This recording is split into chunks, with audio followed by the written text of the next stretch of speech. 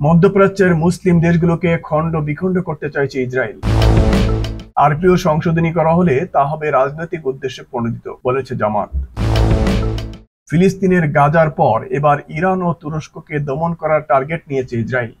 একজন তুর্কি রাজনৈতিক বিশেষজ্ঞ বলেছেন, ইসরায়েল এই অঞ্চলে শক্তিশালী কোনো মুসলিম রাষ্ট্র চায় না এবং ইরাক ও সিরিয়ার মতো ইরান ও তুরস্ককেও ভেঙে ফেলার চেষ্টা করছে।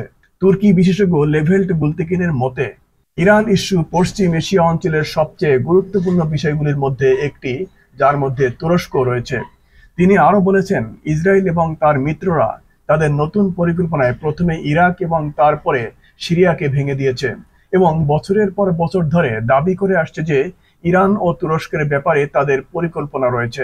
ইরান ও তুরস্ক এখন এই বাস্তবতার মুখোমুখি, সে কথা উল্লেখ করে তুর্কি ওই রাজনৈতিক বিশেষজ্ঞ আরো বলেছেন, মনে হচ্ছে এই কারণেই সবাই গাজা শান্তি চুক্তিতে সম্মত হয়েছে, কিন্তু তারপরও ইসরায়েল তাদের মূল প্রকল্প অর্থাৎ এই অঞ্চলের শক্তিশালী মুসলিম রাষ্ট্রগুলোকে খণ্ড বিখণ্ড করার চেষ্টা থেকে সরে আসেনি।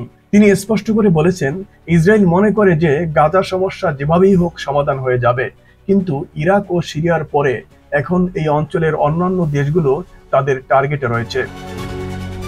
এই তুর্কি বিশেষজ্ঞ দাবি করেছেন যে ইরানের প্রতি আমেরিকা ও ইসরায়েলের মধ্যে শত্রুতা আবার বেড়েছে। তিনি বলেছেন, এমনই এক পরিস্থিতিতে তুরস্কের প্রেসিডেন্টকে মার্কিন প্রেসিডেন্ট ট্রাম্পের প্রশংসাসূচক বক্তব্য খুবই চিন্তার বিষয়। বর্তমান সময়ে এরদোগানের সাথে আমেরিকার বন্ধুত্বপূর্ণ সম্পর্ক রয়েছে উল্লেখ করে গুলতেকিন আরো বলেন, ট্রাম্প যে প্রতিটি বক্তৃতায় এরদোগানের প্রশংসা করেন, সেখানে তিনি তুর্কি সেনাবাহিনীর শক্তি বাড়ানোর উপায়ও জোর দেন। তিনি আরো বলেন, প্রতিটি বক্তৃতায় ট্রাম্প স্বীকার করেন যে তুরস্কের একটি অত্যন্ত শক্তিশালী সেনাবাহিনী রয়েছে এবং সিরিয়ার সমস্যা সমাধান সহ অবিশ্বাস্য বিজয় অর্জন করেছে। এই রাজনৈতিক বিশেষজ্ঞ জোর দিয়ে বলেন, ইসরায়েলিরা নতুন মধ্যপ্রাচ্য নামক মহাপরিকল্পনা বাস্তবায়ন থেকে সরে আসেনি এবং এরপরই ইরান ও তুরস্ক ইসরায়েলের পরিকল্পনায় রয়েছে। তিনি জোর দিয়ে বলেন, ইরানে ইসরায়েলের মূল লক্ষ্য মোটেও শাসন ব্যবস্থার পরিবর্তন নয়, বরং ইরানকে কমপক্ষে 3 বা 4টি বিভিন্ন ভাগে বিভক্ত করতে চায় ইসরায়েল। গুলতেকিন পূর্বে বলেছিলেন যে ইরানি জাতি এই অঞ্চলে দেশপ্রেমের এক অনন্য মডেল এবং এই অঞ্চলের জনগণের ইরানিদের কাছ থেকে তাদের মাতৃভূমির প্রতি ভালোবাসার শিক্ষা নেওয়া উচিত।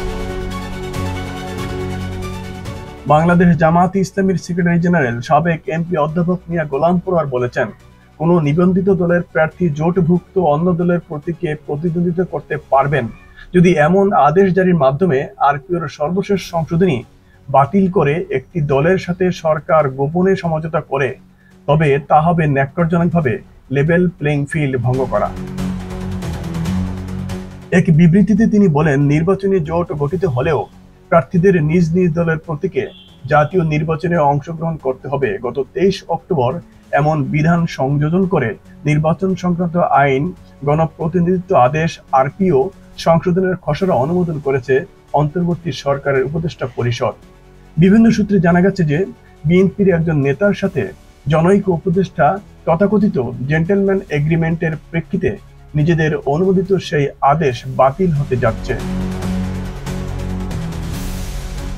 দেশবাসী মনে করে নির্বাচন ব্যবস্থা সংস্কার কমিশনের সুপারিশ ও উপদেষ্টা পরিষদ কর্তৃক অনুমোদিত গণপ্রতিনিধিত্ব আদেশ বা আরপিও যদি বাতিল করা হয়, তবে তা হবে অত্যন্ত ন্যাক্কারজনক ও অগণতান্ত্রিক ও স্ফুটতই রাজনৈতিক উদ্দেশ্যে প্রণোদিত।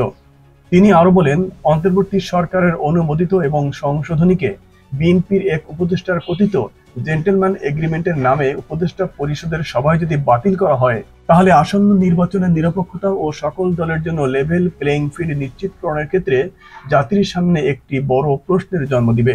যদি তাই হয়, তবে সরকারের কাছে এই প্রশ্নের কোনো নৈতিক ও যৌক্তিক জবাব থাকবে না।